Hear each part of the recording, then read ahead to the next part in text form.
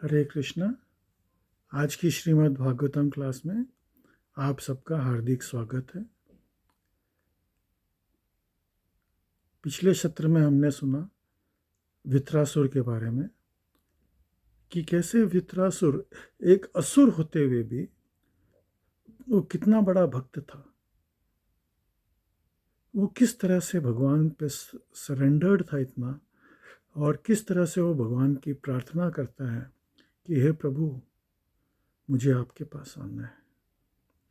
हमको वृत्रासुर की प्रार्थनाओं से सीखना चाहिए कि हमको किस तरह से प्रार्थना करनी है। वृत्रासुर की प्रार्थनाओं में खास करके हमको ये सीखना चाहिए कि किस तरह से एक छोटा बछड़ा वो 5,000 गायों के बीच में भी अगर उसको छोड़ दिया जाए वो ठीक अपनी माँ तक पहुँच जाएगा। तो उसी तरह से हमको कैसे अपने प्रभु के पास में पहुँचना है।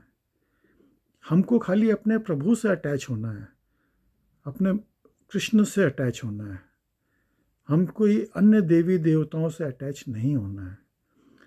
तो यही हमको भगवत गीता में भी भगवान बोलते हैं, बोला लेस इंटेलिजेंट आदमी, जो कम बुद्धि रखने वाले जीव हैं, वो लोग देवी देवताओं की पूजा करते हैं, और जो भी बुद्धिमान व्यक्ति हैं वो सीधा भगवान की ही पूजा करते हैं, भगवान की ही सेवा करते हैं, भगवान की ही भक्ति करते हैं।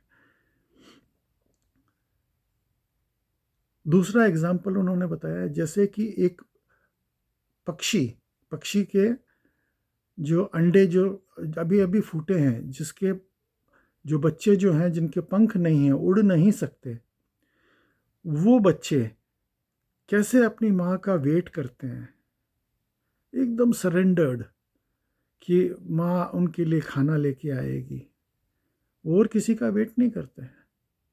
उसी तरह से हमको जो है भगवान के ऊपर आश्रित रहना है, कि हमको सिर्फ भगवान से ही मिलना चाहिए, जो भी मिले। हमको किसी और से कोई उपेक्षा नहीं रखनी चाहिए। तीसरा एग्जाम्पल उन्होंने बताया कि जैसे एक पतिव्रता पत्नी अपने पति का वेट करती है कि मेरा पति आएगा, उसके लिए वो तैयार होती है, श्रृंगार करती है, उसका वेट करती है। तो उस तरह से हमको प्रभु के लिए वेट करना चाहिए। अब हम इस सत्र में हम ये समझने की कोशिश करेंगे कि ये वृत्रासुर इतना असुर जो था, वो इतना बड़ा भक्त कैसे बन गया। उसके पिछले जन्म के बारे में हम थोड़ा सा इस सत्र में उसके बारे में चर्चा करेंगे। तो वृत्रासुर जो है अपने पिछले जन्म में एक बहुत बड़ा राजा था, जिसका नाम था चित्रकेतु। चित्रकेतु की कई रानियां थी, लेकिन चित्रकेतु के कोई संतान नहीं थी। उसने बहुत कोशिश की, बहुत पूजा पाठ, भक्तों को बुलाना, ऋषियों को बुलाना, सब बहुत कोशिश की, लेकिन उसके पुत्र नहीं हुआ। एक बार अंगिरा ऋषि उसके घर पे आए, उसके राज्य में आए, तो उसने बहुत सेवा की अंगिरा ऋषि की। अंगिरा ऋषि बहुत प्रसन्न हुए, बोले मांगो राजन, क्या मांगना चाहते हो। तो राजा ने बोला कि भाई मेरे को जो है एक पुत्र चाहिए। अंगिरा ऋषि ने बोला, भाई राजन, आपके भाग्य में पुत्र नहीं है। बोला नहीं, जब आप ने बोला मांगो तो मैंने मांगा है, अब आप मेरे को दीजिए। तो अंगिरा ऋषि ने बोला ठीक है, मैं आपको पुत्र तो दे दूंगा, लेकिन वो पुत्र आपको हर्ष और विषाद दोनों का कारण बनेगा। राजा ठीक से समझ नहीं पाया, और ऋषि ने पूरा खोल करके समझाया नहीं। राजा ने सोचा देखा जाएगा, पता नहीं हर्ष तो होएगा ही मेरे को बच्चा होने से, विषाद कोई छोटी मोटी उसको कोई बीमारी होगी, वो हम कोई राजवैद्य से ठीक करा लेंगे। तो उसने मान लिया, बोला नहीं नहीं ऋषिवर आप दे दीजिए पुत्र। तो ऋषि ने आशीर्वाद दिया और उसको जो है यज्ञ का एक चरु दे दिया। तो उस चरु से जो है वो उसकी जो सबसे बड़ी रानी थी, जो कि सबसे नीतिवान थी, उसने उसको वो चरु खिला दिया और उसको पुत्र हो गया। अब बाकी की रानियां जो है उन लोग उसको जो है वो राजा निगलेक्ट करने लग गया, क्योंकि उसको तो पुत्र और वो रानी सबसे ज़्यादा प्रिय लगने लगे। अब वो लोग जो है सोतिया डाह के अंदर वो लोग बहुत ही तकलीफ पा रही थी, और उनको हमेशा वो चारों हमेशा सोचती रहती थी कि किस तरह से इस बच्चे से और इस रानी से हम लोग छुटकारा पाएं, कैसे इसको मार डालें हम। एक बार जो है ऊपर ऊपर से तो वो लोग दिखाती थी कि भाई हम आपको बहुत प्रेम करते हैं, लेकिन अंदर ही अंदर वो लोग चाहते थे कि वो रानी और उसका बच्चा जो है वो मर जाए। एक बार रानी थोड़ी सी बीमार पड़ी, तो उन रानियों ने दूसरी रानियों ने उसको बोला आप थोड़ा आराम करो, मैं हम लोग बच्चे को संभाल लेंगे। और ऐसे करके बच्चे को ले लिया और बच्चे को दूध में जहर मिला करके पिला दिया और बच्चे की मृत्यु हो गई। बच्चे की मृत्यु हो गई तो पूरे महल में जो है हाहाकार मच गया, बहुत शोक उत्पन्न हुआ। सब लोग रोना पीटना कर रहे थे। वो रानियां जिन्होंने जहर पिलाया था वो भी दिखावे में रोना पीटना कर रही थी, लेकिन वो तो दिखावा था। खैर, अब राजा का तो पुत्र चला गया। अब यही चीज़ वो अंगिरा ऋषि समझाना चाह रहे थे कि तुमको हर्ष भी होगा और विषाद भी होगा, कि भाई पुत्र होगा उसका हर्ष होगा, और पुत्र जल्दी मर जाएगा तो आपको उसका दुख भी होएगा।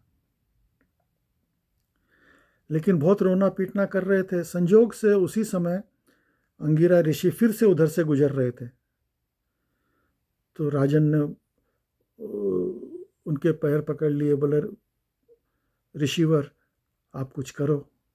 ऋषि ने बोला मैंने तो तुमको पहले ही बोला था, तुम्हारे भाग्य में पुत्र नहीं है, फिर भी तुमने ज़बरदस्ती करी तो मैंने दे दिया। बोला नहीं नहीं, आपने जब एक बार दिया है तो आप दोबारा भी आप इसको ठीक कर सकते हो। तो ऋषि ने अपनी तपस्या के बल पे उस लड़के के आत्मा को वापस बुलाया और उसी शरीर में वापस वो आत्मा आती है। तो राजा उससे बात करता है, बोला मेरा बेटा मेरा बेटा। तो वो आत्मा जो है वो बोलती है कि कौन बेटा कौन पिता, इस जन्म में आप मेरे पिता थे, पिछले जन्म में कोई और था, उसके पिछले जन्म में पता नहीं कोई और था, और पता नहीं कितने जन्म पहले मैं आपका पिता था। तो ये सब तो शरीर बदली होता रहता है, और हम सब तो अमर हैं, आत्मा तो राजा को ये सब सुन करके बहुत ज्ञान हुआ और उसको वैराग्य उत्पन्न हो गया। वैराग्य उत्पन्न हो गया तो वो सब राज्य पाठ वगैरह सब छोड़ करके भगवान की भक्ति में लीन हो गया और भगवान की भक्ति करने लगा, और भक्ति में इतना परिपक्व हो गया कि वो अनंत शेष की पूजा करता था। तो भगवान अनंत की पूजा करते करते वो परफेक्शन को प्राप्त हो गया। और एक समय जब ऐसा आया कि राजा जो है अपने विमान में बैठ करके और कैलाश के ऊपर से जा रहा था। जब वो कैलाश के ऊपर से जा रहा था तो उसने देखा कि शिवजी पार्वती को अपने गोद में लेकर के बैठे हुए हैं और ऋषियों की सभा लगी हुई है, और शिवजी जो है वो श्रीमद् भागवतम का व्याख्या कर रहे हैं ऋषियों को। तो शिवजी तो इतने पहुँचे हुए व्यक्ति हैं कि वो ऋषियों को श्रीमद् भागवतम की व्याख्या करते समय भी अगर पार्वती को अपने गोद में लेके बैठे हुए हैं तो उनको कोई विकार नहीं होता उसका, और इस बात को चित्रकेतु समझता था। लेकिन उसने तो ऐसे ही एक लोकाचार के वश उसने बोला प्रभु आपकी लीला आप ही जानो, लेकिन ये बहुत उचित व्यवहार लोगों को देखने में नहीं लगेगा कि आप जो है अपनी पत्नी को गोद में बिठा करके और कथा पे व्याख्या कर रहे हो। शिवजी ने उस बात का बुरा नहीं माना, लेकिन पार्वती को वो बात बहुत बुरी लग गई और उसने जो है श्राप दे दिया चित्रकेतु महाराज को। बोले तुम इस तरह की बातें करते हो, जाओ तुम राक्षस बन जाओ। चित्रकेतु महाराज इतने बड़े भक्त थे, अगर वो चाहते तो उस श्राप को वो अस्वीकार कर सकते थे, लेकिन बोला माता आपने श्राप दिया है, मैं ज़रूर उसको मान लूँगा, और मैं इसको आपका आशीर्वाद मान करके ये सोचूंगा कि शायद यही तरीका है मुझे भगवान के धाम में जाने का, मेरी मुक्ति का यही मार्ग होगा। तो ऐसे करके कालांतर में चित्रकेतु महाराज जो है वो वृतासुर की देह में राक्षस बने। तो उनका एक ही मकसद था, वृत्रासुर का, चित्रकेतु महाराज जो कि वृत्रासुर के रूप में थे, कि किस तरह से वो भगवान के धाम में वापस जाएं।